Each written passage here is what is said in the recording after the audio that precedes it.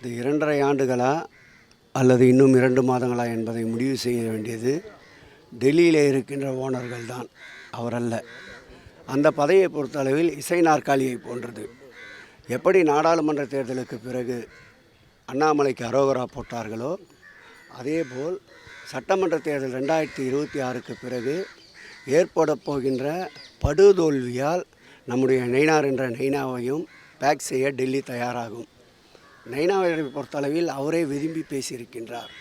நான் கால் செய்தால் கூட யாராவது நைனார் நாகேந்திரன் பேசுகிறேன் என்றால் நைனாவா பேசுகிறீங்கன்னு கேட்குறாங்க. அந்த கட்சிக்காரங்களே இன்னும் அவரை பற்றி புரிதல் இல்லாதப்போ அவர் எப்படி தமிழ்நாட்டை திராவிட மாடல் ஆட்சியிடமிருந்து மீட்டெடுக்கப் போகிறார் என்பதுதான் தெரியவில்லை. ஆகவே நிச்சயமாக அவர் நாற்காலி 2026 சட்டமன்ற தேர்தலுக்கு பிறகு உறுதியாக காலியாகும் என்பதில் ஐயப்பாடு இல்லை. திராவிட முன்னேற்றக் கழகம் பெறுகின்ற வெற்றியால். மதிப்புக்குரிய சேகர்பாபு என்னுடைய நண்பர், அவர் சொன்ன உண்மை. எப்படின்னா எங்களுக்கு பிஜேபியில் 3 வருஷம் தான் எங்களுடைய பதவி. இவர் மாவட்ட தலைவர், இவங்க எல்லாத்துக்கும் எனக்கும் இங்கே பாருங்க, எங்களுக்கும் சேர்த்து தான் 3 வருஷம் தான் அது. அதுக்கப்புறம் ஒருவேளை எக்ஸ்டெண்ட் பண்ணுவாங்க, இல்லைன்னாக்கி இப்போ 6 மாதம் முடிஞ்சிச்சு, இன்னும் 2.5 வருஷம் எனக்கு. அவருக்கு 2.5 மாதம் தான் இருக்கு. இல்லை, அது நேற்று சொன்னாரு, திருப்பி பதில் சொல்லியிருக்காரு. அந்த 2.5 வருஷங்கள் நிரந்தரம் இல்லை, மத்திய தலைமை முடிவு பண்றதா, ஒரு மியூசிக் சேர் போன்ற பதவிக்கு தான் இப்போ அவர் இருக்கிறது அப்படின்னு இன்னைக்கு இப்போ காலையில் சொல்லியிருக்காரு. அவர் இருக்கிறது திமுக கட்சியில் உள்ள பற்றி சொன்னால் பரவாயில்ல, எங்களுடைய கட்சியை பற்றி அவர் சொல்ல வேண்டிய அவசியம் என்ன?